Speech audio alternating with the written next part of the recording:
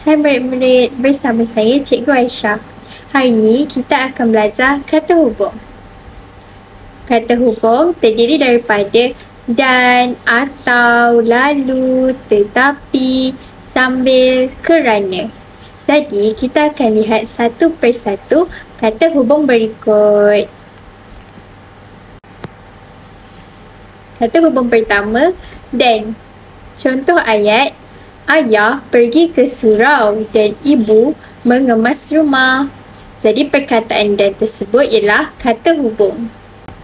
Yang kedua, atau. Azam atau Azmi akan pergi ke Kelantan pada bulan Julai. Jadi perkataan atau di situ ialah kata hubung. Yang ketiga, kata hubung lalu.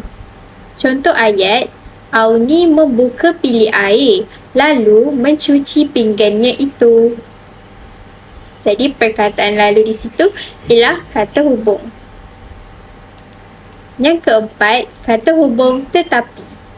Contoh ayat, badan Ali besar tetapi dia seorang yang penakut. Jadi perkataan tetapi ialah kata hubung.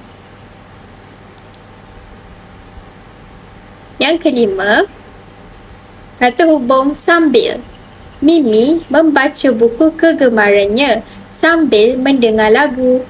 Jadi perkataan sambil ialah kata hubung. Dan yang terakhir, kata hubung kerana. Alia menangis kerana kucingnya telah hilang. Jadi perkataan kerana ialah kata hubung. Sekian itu sahaja daripada cikgu. Bye-bye. Terima kasih.